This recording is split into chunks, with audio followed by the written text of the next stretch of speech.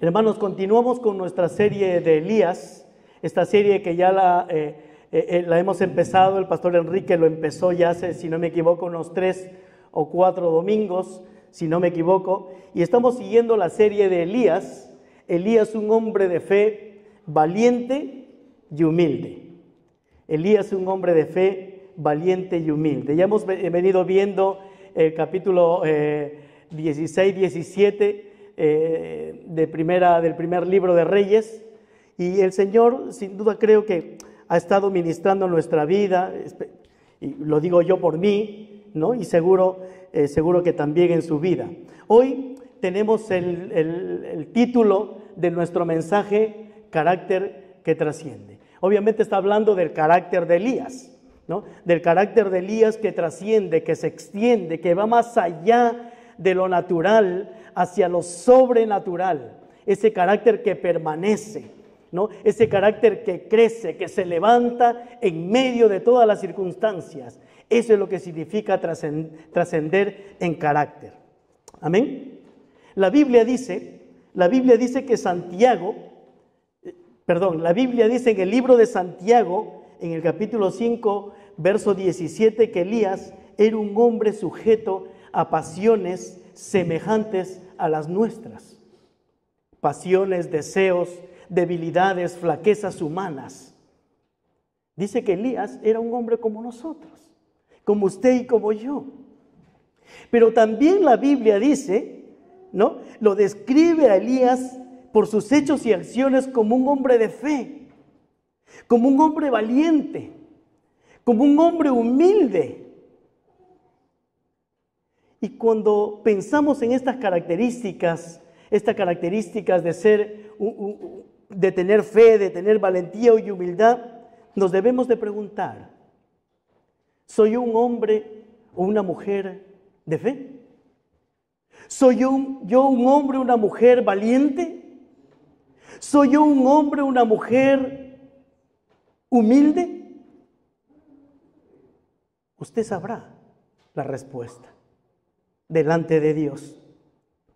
Porque tener fe ante las circunstancias difíciles es mostrar el carácter de Cristo. Porque mostrar valentía ante los miedos, ante los temores, es mostrar el carácter de Cristo.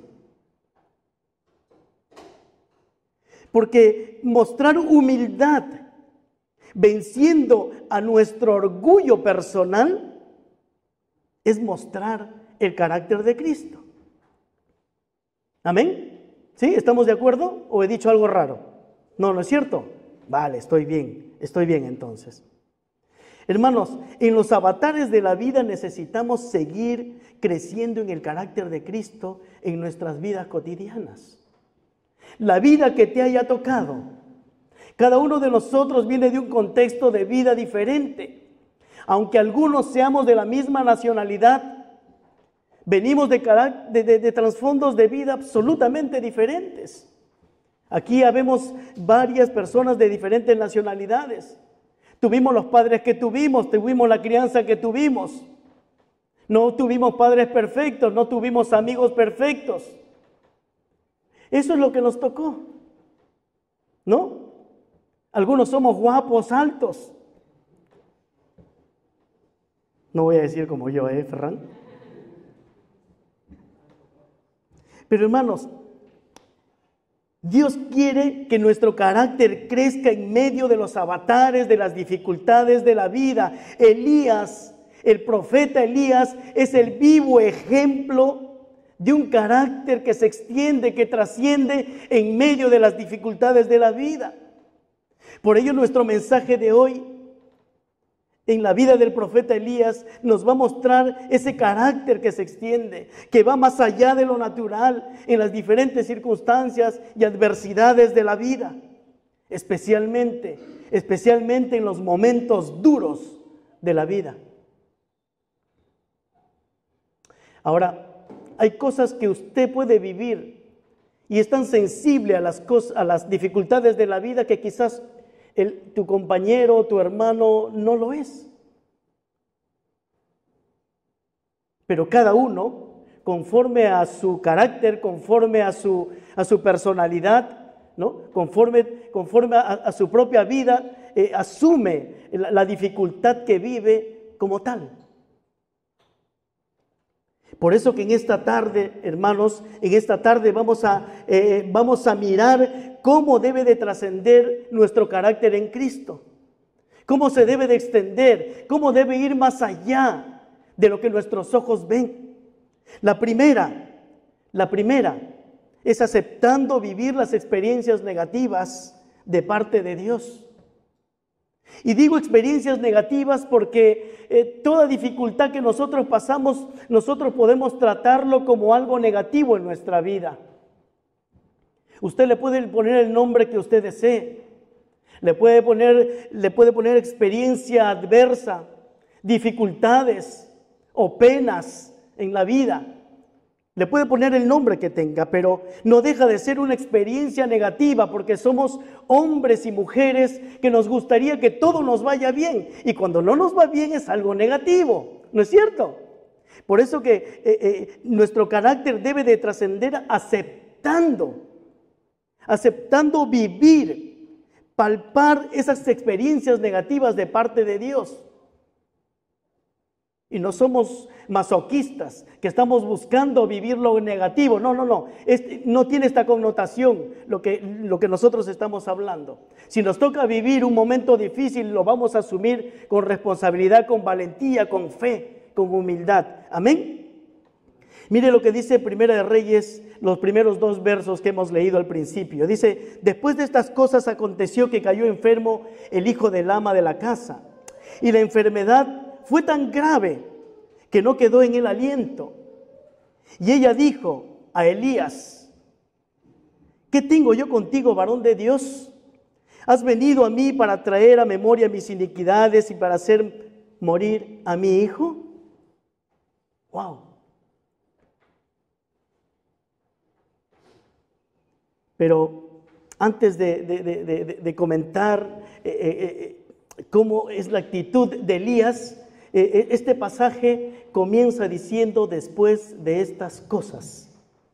Después de estas cosas. Esta es la frase que nos une a lo que Elías había experimentado anteriormente, antes de que el hijo de la viuda de esta mujer muera. Después de ver que la palabra de Dios se cumplió en Elías, ¿recuerdan lo que Dios le dijo a Elías? La palabra que Dios le dijo a Elías, que se cumplió. En Primera de Reyes, en el mismo capítulo 17, en el verso 8 y 9, dice: vino luego a la palabra de Jehová diciendo: levántate, vete a Sarepta de Sidón y mora allí, y he aquí yo he dado orden, dice Dios a Elías, he dado orden allí a una mujer viuda que te sustente. ¿Se cumplió? Lo vimos la semana pasada. ¿Se cumplió? Sí se cumplió. La viuda alimentó al profeta y luego ella y también es alimentada, y su hijo, y no les faltó harina en la tinaja ni aceite en la vasija, y esto fue en tiempo de sequía, en tiempo de hambre en la tierra. Tremendo milagro el que Elías estaba experimentando. Pero miremos un poquito más para atrás, ¿qué es lo que Dios le dice a Elías? Lo cual se cumple. Primero, Elías fue usado por Dios para ir delante del rey Acab, para anunciarle que no iba a llover por 3 años y medio. ¿Fue así o no? Fue así. Segundo, Elías obedece a Dios y se esconde en el arroyo de Querit, donde bebe del agua del arroyo y es alimentado por cuervos en tiempo de sequía, como Dios le dijo. ¿Se cumplió? Se cumplió. Así fue. Tercero, Elías es sustentado por una viuda. Esto es el pasaje anterior que hemos visto la semana pasada, con una familia en la pobreza extrema, como le dijo Dios. Y así fue. Si usted mira cada situación que Elías experimenta es totalmente diferente a la otra. No es la misma situación. Es totalmente diferente a la otra. Pero ¿sabe por qué? Porque cada experiencia que Dios permite que Elías viva, es para que crezca en confianza y en carácter delante de Dios. Yo no sé si usted y yo podríamos hacer lo mismo, pero Elías fue usado por Dios. Elías fue tomado por Dios para que viva esa experiencia, para que su carácter sea formado, para que su carácter el día de mañana no sea como el día de hoy, sino que sea mejor cada día para Dios. Ahora, Elías se enfrenta a algo no solo diferente, sino sumamente delicado. Ya esto había pasado, pero ahora era una circunstancia totalmente diferente.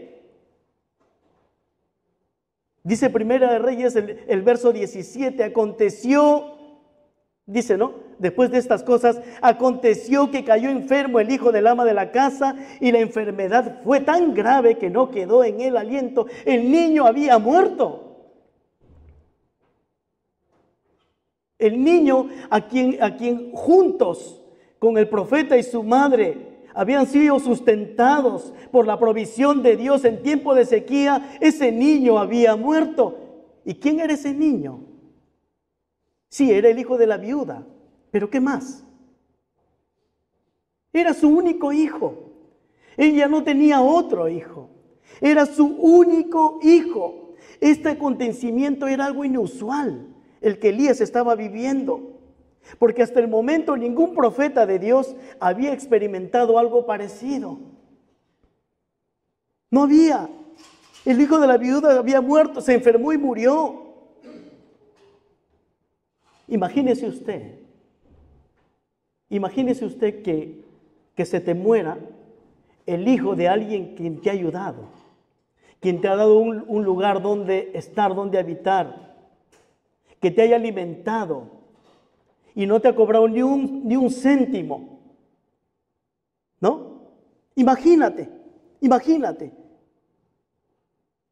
Sinceramente, si esto me pasara, yo no sabría qué hacer. No sabría qué hacer. ¿O qué diríamos nosotros? Esto es una locura. No puede ser. ¿Y ahora qué hago?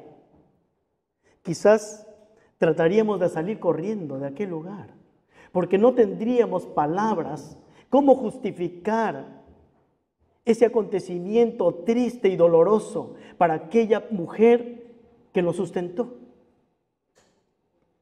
que Dios usó para sustentarnos. Quizás trataríamos de salir corriendo, no sabríamos qué decirle. Pero ¿sabe qué? Dios preparó a Elías en el secreto de su corazón.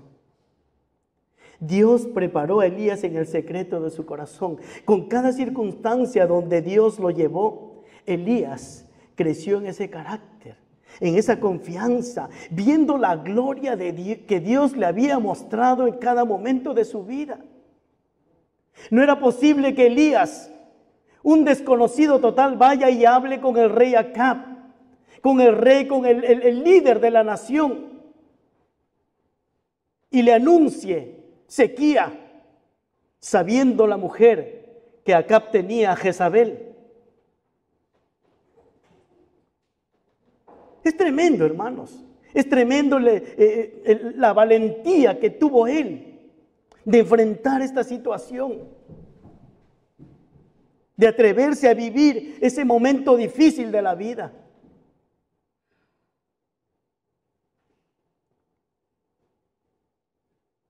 La Biblia no refiere ninguna respuesta de Elías a la pregunta de la mujer.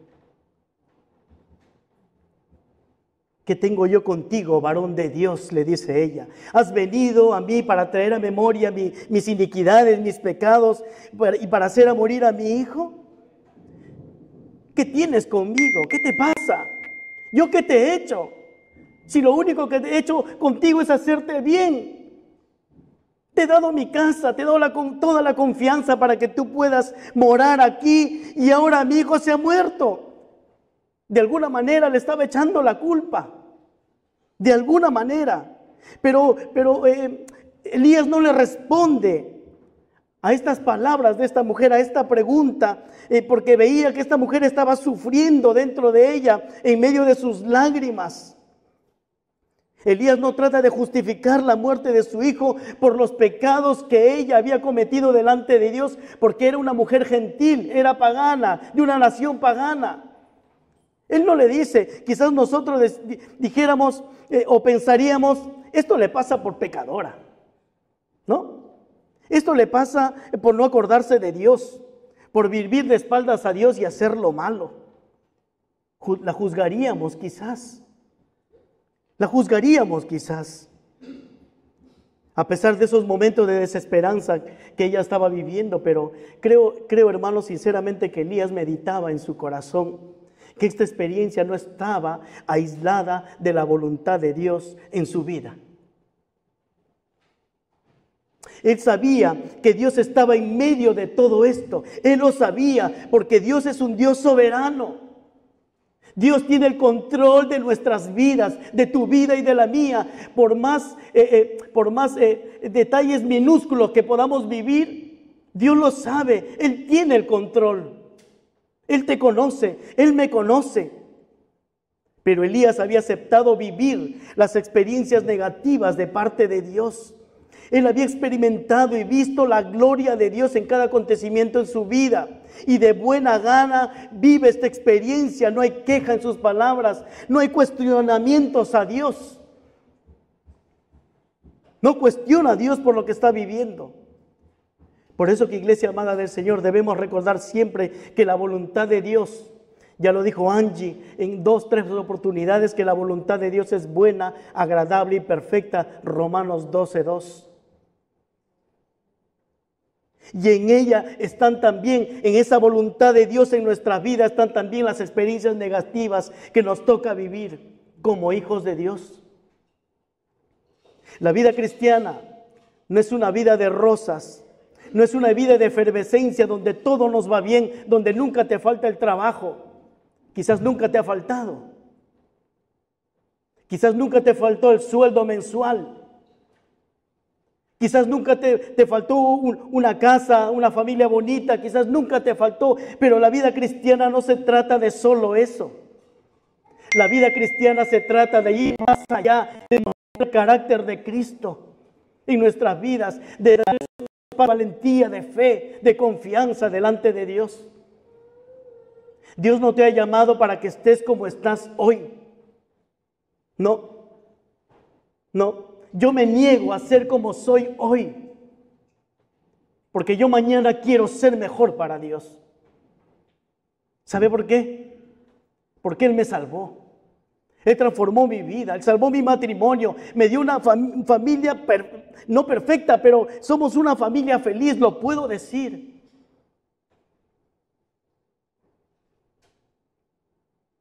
Por eso y por mucho más, quiero que recuerdes que todos los momentos difíciles que vivimos, experiencias negativas, tienen un propósito eterno. Un propósito eterno. Dice Romanos 8:28 y 29, y sabemos que los que aman a Dios, todas las cosas, aún lo negativo, les ayudan a bien. Esto es, a los que conforme a su propósito son llamados. Porque a los que antes conoció, también los predestinó para que fuesen hechos conformes a la imagen de su Hijo, para que Él sea el primogénito entre muchos hermanos. ¡Qué tremenda palabra, hermanos! Pero muchas veces cuando viene la prueba o cuando vienen esos momentos difíciles en nuestra vida, negativos, nosotros no queremos pasarlo. Y retrocedemos o nos estancamos. Por ello quiero animarte, iglesia amada del Señor. Quiero animarte. El Señor va a permitir en nuestras vidas experiencias quizás terribles en nuestra vida. Pero cada una de esas experiencias tiene propósito, de que nuestro carácter mañana sea mejor que hoy. Mañana crezca, mañana tenga un nivel más, sea más fuerte, se fortalezca, podamos nosotros mirar más allá de nuestra vista natural y poder discernir que Dios está con nosotros y que Dios nos está guiando en medio aún de esa experiencia difícil. Por eso, iglesia amada, no pienses mal. Cuando vivas momentos difíciles, negativos en tu vida, no pienses mal, no hables mal, no reniegues, no te quejes, no cuestiones a Dios de los tiempos difíciles que te ha tocado experimentar. Hay propósito, y el propósito es que nos parezcamos a Cristo. Nuestra actitud ante las experiencias negativas debe ser como dice el salmista en el Salmo 112. Versos 7 y 8. Dice, no tendrá temor de malas noticias. Su corazón está firme, confiado en Jehová. Asegurado está su corazón, no temerá. Esto lo vivió Elías. No vemos a un Elías titubeante, temeroso, medroso. No lo vemos así. Lo vemos con un carácter firme, Elías. Si nosotros parafraseamos esta palabra, este salmo, diríamos, no tendré temor cuando vengan los momentos negativos a mi vida. Cuando escuche malas noticias o cuando yo mismo viva esos momentos, no tendré temor. Aseguraré mi corazón en Jesucristo, por fe en su palabra. Lo aseguraré, me zambulliré en esa promesa que Él me ha hecho, que no me va a dejar, que no me va a desamparar, que va a estar conmigo todos los días hasta el día en que Él venga por mí. Es lo que nosotros diríamos, aseguraríamos nuestro corazón. Por eso, iglesia amada, acepta vivir las experiencias negativas de parte de Dios. No hay nada que Dios no sepa. No hay nada que Dios no permita en tu vida si no tiene su permiso antes. Amén. Amén. Nuestro segundo punto de cómo debe trascender nuestro carácter en Cristo es que enfrentemos la circunstancia imposible con la guía del Espíritu de Dios. Mire cómo Elías, dice Elías 17, 19, 20, él le dijo a la mujer, dame acá tu hijo. El niño había muerto. Dame acá tu hijo. Entonces él lo tomó de su regazo de la mujer y lo llevó al aposento donde él estaba y lo puso sobre su cama y clamando a Jehová dijo, Jehová Dios mío, aún a la viuda en cuya casa estoy hospedado, ¿has afligido haciéndole morir su hijo? ¿Cuál es tu primera impresión cuando lees la pregunta? Dame acá tu hijo, dice Elías ante la circunstancia. Entonces él lo tomó del regazo de la mujer y lo llevó al aposento donde él estaba y lo puso sobre su cama. Puedo entender hasta cierto punto la actitud de Elías. Entremos a la escena un momento. El niño ha muerto. Está muerto en los brazos, en las piernas de la mujer, de su madre. Y Elías le dice, dámelo para aquí, dámelo.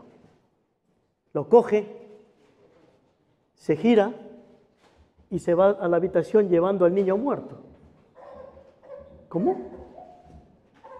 ¿Qué diría usted? ¿Qué diríamos? ¿Qué pasa? ¿Qué haces? ¿A dónde llevas al niño? Está muerto. Estás loco. ¿No es cierto? Pero es lo que Elías hizo. Pero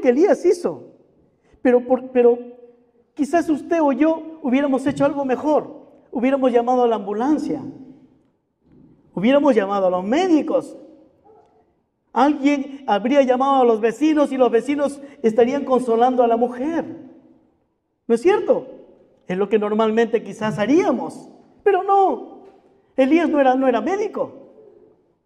pero se lleva al niño a su habitación, no busca ayuda.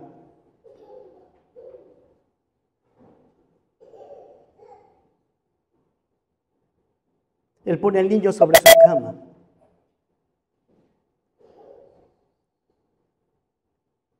¿Sabes, hermano?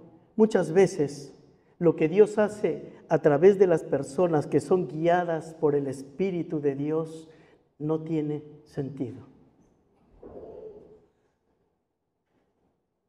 Muchas veces las personas que son guiadas por el Espíritu de Dios, muchas veces no tiene sentido. Hay muchos que no las pueden entender. ¿Por qué? ¿Sabe por qué? Porque Dios no entra a la lógica humana. Dios no entra a la lógica humana. Dios no obra según los pensamientos ni razonamiento de nosotros los hombres. No, Él no obra así. Mire lo que dice Isaías 55:9. Como son más altos los cielos que la tierra, así son mis caminos más altos que vuestros caminos y mis pensamientos más que vuestros pensamientos. Amén. Gloria a Dios. Él puede ver más allá de lo que nosotros podemos ver. Él sabe lo que nosotros no sabemos, ni nos vamos a enterar. Él puede hacer mucho más de lo que nosotros podamos hacer. Por eso, hermanos, cuando Dios quiere glorificarse, hace cosas inusuales con aquellos que le temen. Dios siempre usará a hombres espirituales para hacer cosas espirituales. Siempre, siempre. Pero ¿sabe qué? Hay quienes andan de tumbo en las cosas espirituales. Hay quienes son más racionales, que criticarán esa actitud del espiritual, mas no creerán del poder de Dios desarrollado en la vida de ese hombre, de esa mujer.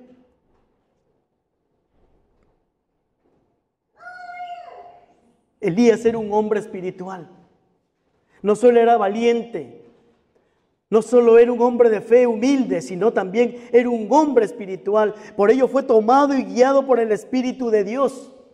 Recordemos que en la antigüedad el Espíritu de Dios era enviado para ciertos acontecimientos puntuales de parte de Dios. Cuando Dios quería lograr un propósito, enviaba su Espíritu a la persona. El Espíritu venía, cumplía la misión y luego se iba. Este Espíritu venía sobre Elías y Elías podía actuar conforme al Espíritu. Hermanos, nadie puede hacer lo que a Dios le agrada si el Espíritu de Dios no está en él. Nadie absolutamente. Yo quiero que recuerde una cosa. Muchas veces escuché que hay cristianos como nosotros, y lo digo con respeto, que dicen que hay gente mejor y más buena que un cristiano. Un día escuché a una mujer que dijo: mi hija está con un chico que no es creyente y este chico es mejor que un creyente. ¡Wow! Eso no es verdad. Eso no es verdad. No le creas al diablo. La gente se va a guiar siempre de la superficialidad, de la apariencia, pero más la gente no mira el corazón. Solo Dios puede ver el corazón. Y el que ha sido comprado por la sangre de Cristo ha sido llamado cada día a perfeccionar el carácter de Cristo en su vida. Y estamos en ese proceso, en esa transformación, pero nunca digamos tal cosa, porque no es verdad. La Biblia no dice eso. Dios nunca usará a hombres impíos, desprovistos del Espíritu, para hacer cosas sagradas. Nunca. Nunca Dios lo usará. Por eso, hermano amado, mujer de Dios, ¿es usted un hombre o una mujer guiada por el Espíritu de Dios? Piénsenlo. Piénsenlo. Porque Elías fue guiado por el Espíritu de Dios, con el niño en sus brazos, poniéndolo sobre su cama, clama a Dios en el secreto de su habitación y clamando a Jehová dijo: Jehová Dios mío, aún a la viuda en cuya casa estoy hospedado has afligido, haciéndole morir su hijo. Elías era un hombre espiritual guiado por el Espíritu de Dios. Pero mire cómo comienza su oración: Jehová Dios mío. Elías reconoce, cuando dice Jehová, lo que le está diciendo a Dios: tú eres el Elohim, el creador de todas las cosas. Tú eres el gran yo soy. Tú eres el más grande, Dios. Eso es lo que le está diciendo. Elías le reconoce a Dios como creador, como el amo y señor del mundo, como el dueño y señor de su vida. Eso es lo que le está diciendo cuando él comienza a orar, a acercarse a él. Elías declara y le dice: Jehová, Dios mío. Dios mío. Elías revela que él tiene una intimidad con Dios. Una intimidad cercana, una relación de amigos. Pensaba yo en esta frase. Y decía, aquí entre nosotros podríamos decir que tenemos amigos, quizás más de uno, ¿no es cierto? Pero quizás a uno de ellos podemos decir: él es mi amigo o mi amiga. Los demás son unos amigos, pero él o ella es mi amigo. Es de esta manera como Elías se acerca a Dios. Porque ¿cómo son los amigos? Los amigos son confiables, hay confianza, se dicen la verdad, se consuelan, se llaman la atención, se aconsejan. Pero ¿sabe qué? Los amigos nunca se dañan creando en ellos sentimientos de culpa. Mire esa amistad sincera y transparente entre dos personas. Qué lindo, ¿no? Muchas veces decimos amigo, pero no entendemos el concepto real de qué es ser un amigo. ¿No es cierto? Elías le dice: Dios mío, tú eres mi amigo, Señor. En esta oración Elías está hablando con Dios en esa confianza que los une, una amistad sincera y transparente.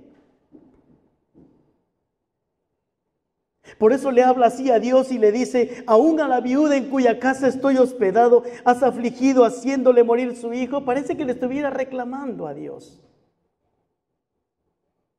Pero no le está reclamando de tal modo de echarle la culpa como si él fuera un hombre como él, tratándolo de igual a igual. Elías no pierde, Elías en su oración, en su conversar con Dios, él no pierde su lugar de siervo, viéndolo a Dios como su amo, como su Señor. Pero le habla en esa intimidad, en ese respeto de la amistad. Por ello vemos que clama a Dios reconociéndolo como el que tiene el poder sobre la muerte para dar vida. Amén. Por eso, iglesia, enfrentemos las circunstancias difíciles de la vida, siendo guiados por el Espíritu Santo de Dios. Por eso dice Romanos 8:14, porque todos los que son guiados por el Espíritu de Dios, estos son hijos de Dios. Amén. Estos son hijos de Dios. Esto es tener un carácter que trasciende, que va más allá de lo natural. Amén. Vamos a nuestro tercer y último punto. ¿Cómo debe de trascender o ir más allá nuestro carácter en Cristo? Debemos actuar con fe ante lo imposible. Debemos actuar con fe ante lo imposible. ¿Cuántas cosas son imposibles para nosotros? El mundo no dice lo mismo. El mundo dice que el hombre puede alcanzar cosas que ni él mismo se ha imaginado. ¿no? En el año 70, si no me equivoco, el año 70, creo que fue 1970, el hombre, o 69, pisó la luna. Bueno, eso es lo que nos han dicho. No hemos estado ahí, pero bueno, tenemos que tener fe y creer, ¿no? Actuar con fe ante lo imposible. Mire lo que dice el verso 21 de este capítulo 17 del primer libro de Reyes. Y se tendió sobre el niño 3 veces. Dios mío, yo no sé si haría eso. Y se tendió sobre el niño 3 veces y clamó a Jehová y dijo, el profeta Elías, Jehová Dios mío, otra vez, te ruego que hagas volver el alma de este niño a él.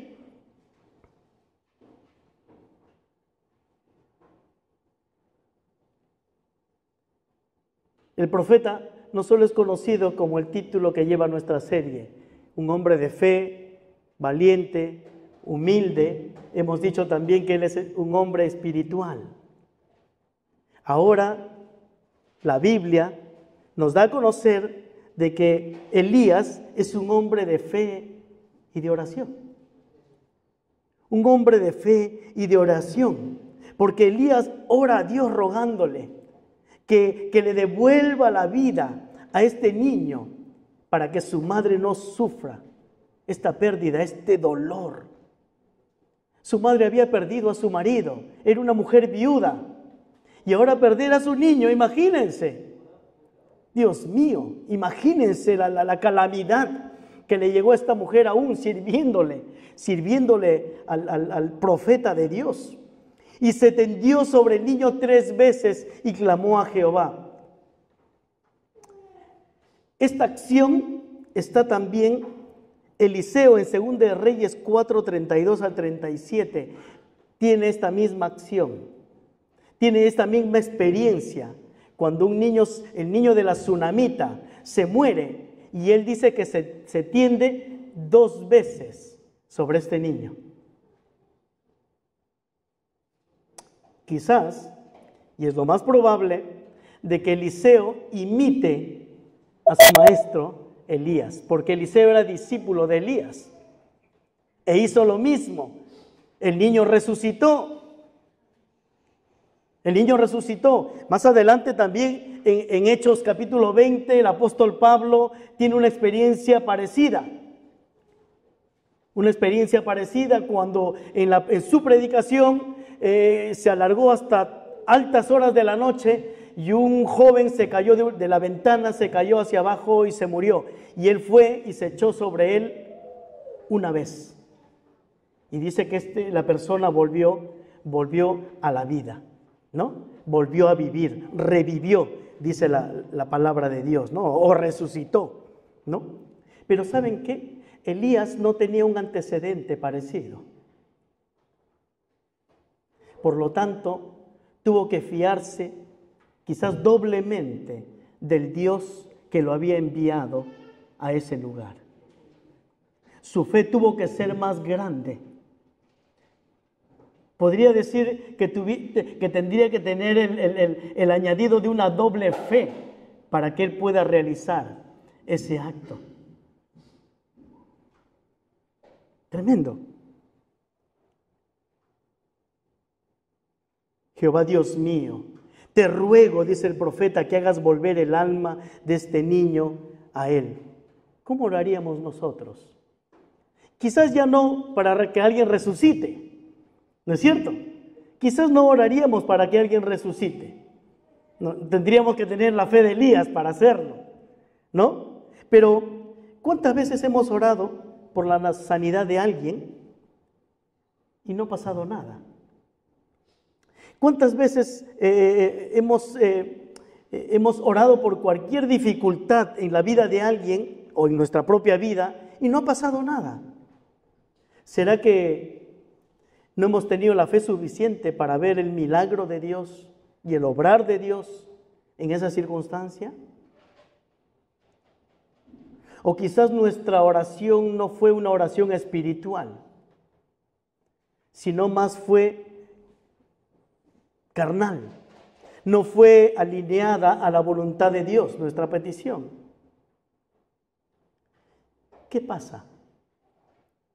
¿Qué pasa? ¿Qué pasa cuando oramos con fe ante lo imposible?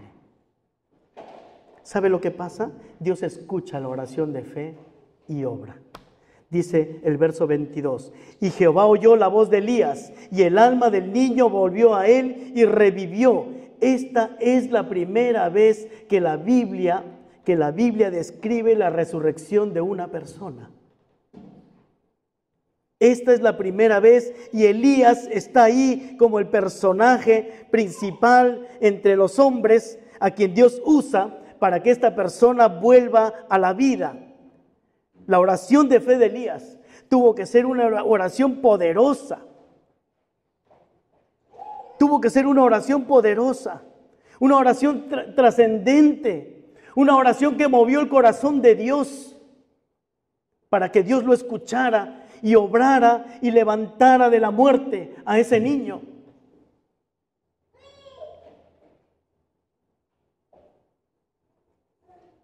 Por eso recordemos como iglesia lo que dice Hebreos 11:6, que sin fe es imposible agradar a Dios.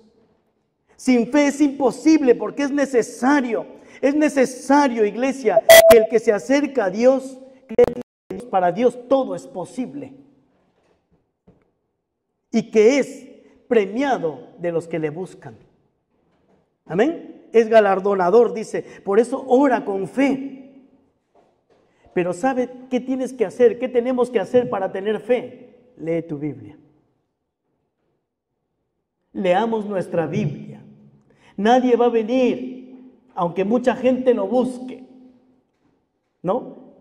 Que te impongan la mano en la cabeza y que como por arte de magia tú tengas fe, recibas esa fe.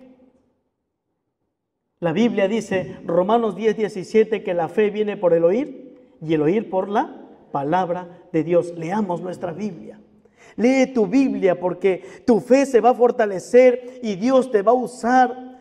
Dios te va a usar para que tú puedas quizás un día orar por alguien y te vas a alinear a la voluntad de Dios siendo guiado por el Espíritu y vas a orar una oración espiritual y quizás Dios te conteste y obre el milagro. Hermanos, la Biblia es la fuente que produce fe en el cristiano. ¿Sabe por qué? Porque es la voz de Dios. Porque es la voz de nuestro Padre Celestial. Quizás los muertos no resuciten, pero tu oración será conforme al Espíritu. Esa oración va a traer la gloria de Dios sobre la iglesia o sobre aquellos que no conocen a Dios, para que se vuelvan a Dios de sus pecados. Segundo, ¿cuál es la actitud del que tiene fe ante lo imposible? ¿Cuál es la actitud? Muestra su fe, no la esconde. El verso 23 dice, tomando luego Elías al niño, lo trajo del aposento a la casa y lo dio a su madre y le dijo Elías, mira, tu hijo vive. Tu hijo vive. Después de recibir la respuesta de la oración de este milagro, Elías entrega al niño a su madre y le dice, mira, tu hijo vive, está vivo, tócalo, bésalo, tócalo, toma, habla con él. Él es el que estaba muerto, es tu hijo, no es otro niño, es el tuyo. Dios lo ha resucitado, Dios lo ha levantado de entre los muertos. Mujer, aquí está tu hijo. Yo no sé, pero creo que nosotros tenemos un milagro en nuestra vida. Dios hizo un milagro en tu vida. El primer milagro es de que Dios nos hizo salvos. Pero sin duda, tú tienes un milagro en tu vida que tienes que contar. El obrar del poder de Dios en tu vida, que puede impactar y animar a tu hermano que está a tu lado. Y quizás ese mismo milagro, ese mismo testimonio, tú puedas compartirlo con alguien quien no conoce al Señor. Y ese milagro puede tocar el corazón de la gente que no conoce a Cristo, para que se vuelvan a Él. El que tiene fe ante lo imposible muestra su fe y no la esconde. No la esconde. ¿Qué hace el que tiene fe ante lo imposible? Número 3, lleva a otros a creerle a Dios. El verso 24 dice: entonces la mujer dijo a Elías: ahora conozco que tú eres varón de Dios y que la palabra de Jehová está en tu boca. Ahora conozco que tú eres varón de Dios y que la palabra de Dios está en tu boca.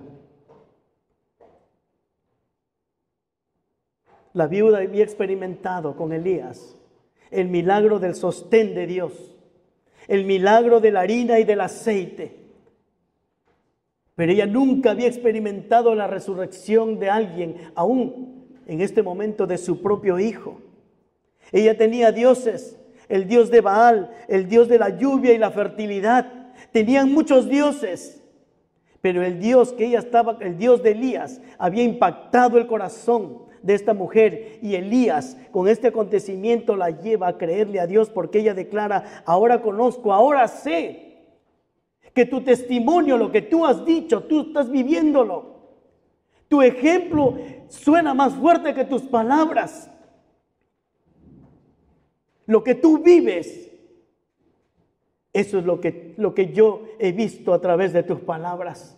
A mí nadie me va a engañar. Ahora conozco que tú eres un hombre de Dios y que la palabra de Dios es verdad en tu boca. Todo lo que tú has dicho de parte de Dios se ha cumplido.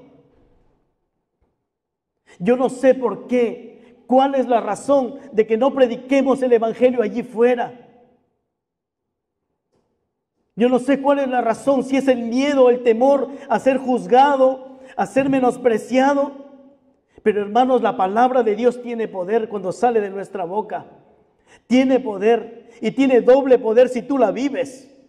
Si nosotros la vivimos, si nuestra vida es poderosa en Dios, nuestras palabras tienen poder. Es así, nuestras palabras tienen poder. Elías había experimentado la grandeza de Dios en su vida, y la mujer, la viuda, había visto la grandeza de Dios a través de la vida de Elías. Es así como Dios quiere usarte. Es así como Dios quiere llevarte, hermano, no solo de prueba en prueba, sino de victoria en victoria, y que tu carácter y el mío pueda ser cada día extendiéndose hacia lo sobrenatural, hacia lo espiritual, para que este mundo sea impactado con la verdad de Jesucristo. No hay otra manera. Déjeme decirle una cosa.